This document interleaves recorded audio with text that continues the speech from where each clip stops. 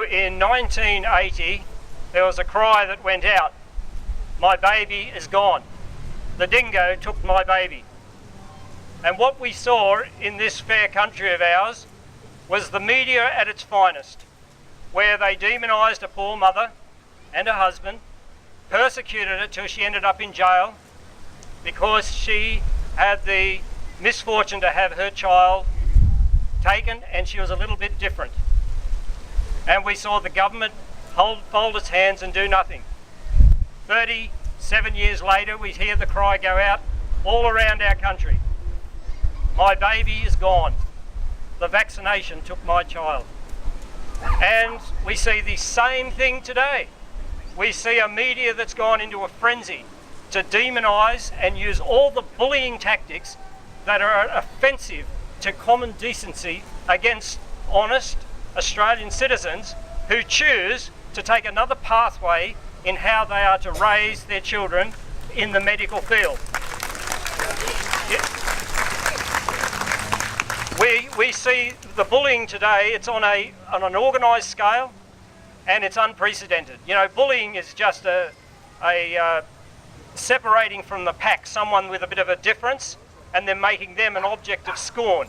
We have all this stuff in the media now, even in the Daily Telegraph. "Oh, you know, what a terrible thing, the bullying that happens in the schools." While they participate in a bullying on a grand scale of wonderful Australian families that only want the best for their children. It's a very great evil. And in the meantime, the government is sitting on their hands. You know, I looked at the political situation a couple of years ago and when this came up, and my children have grown and I do have grandchildren, and I thought, right, I need to support the political party that's involved in this. So I had a look and I actually couldn't find any. I found there's a political party to protect the interests of cyclists. There's a political party to protect the trees.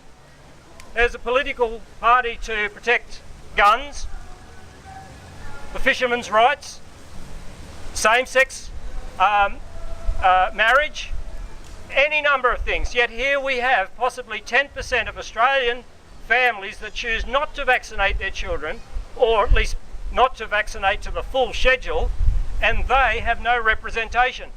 So yes, we formed, with the help of a lot of you people and our committee, we formed the party, the Involuntary Medication Objectors Party. Now, the name says it. You know, the laws that we are fighting against are made in Parliament. And we can do a lot of things and everything's good. You know, you can be on Facebook, we can have rallies, but ultimately it's down in that house in Canberra where these laws are made. And we need someone in there banging the drum, bing, bing, all the time, annoying them. And also, if you understand politics, and I'm a great, always had a great interest in politics, particularly in the Senate at the moment, if there's one thing someone in the crossbench has, it's leverage. And a lot of people have been asking me, well, where do you stand on this issue and that issue with the involuntary medication? I say everything else is leverage to our primary goal, which is the killing of these laws that would involuntarily medicate our children, our citizens, because it's growing. Do you think they'll be satisfied with just your children? No, no, no. They won't want you to travel eventually. They won't want you to work. It will just become as if the bullying will take on all new proportions because there are evil people out there. There are very, very ignorant people. I believe the politicians are generally ignorant. I don't essentially say that they're evil. I think they're very remiss in their responsibility not to search this out. But our party, one thing we are really pushing for, that we would like to see a full investigation, like true investigation. Even a royal commission. We have a royal commission into Aboriginal deaths in custody. We have royal commissions into many, many topics. But what could be more important than the claims of thousands of Australian citizens that are saying, my child was perfectly normal and now it's not, and never has been. My child was a healthy little child and it's dead. And that is the case in some ways. We're talking about life and death matters. Our fight is a fight of right against wrong. It's a fight against justice, against injustice.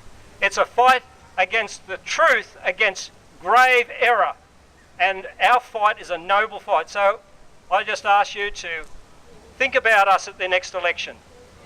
If anyone likes to help, I don't know how. We're a small party, but we want to stand candidates at the next election, and we want to have a voice in that house in Canberra where we can stand up and say our primary issue is you've gone too far, we have to turn this back, and fight for it within there. So thank you all.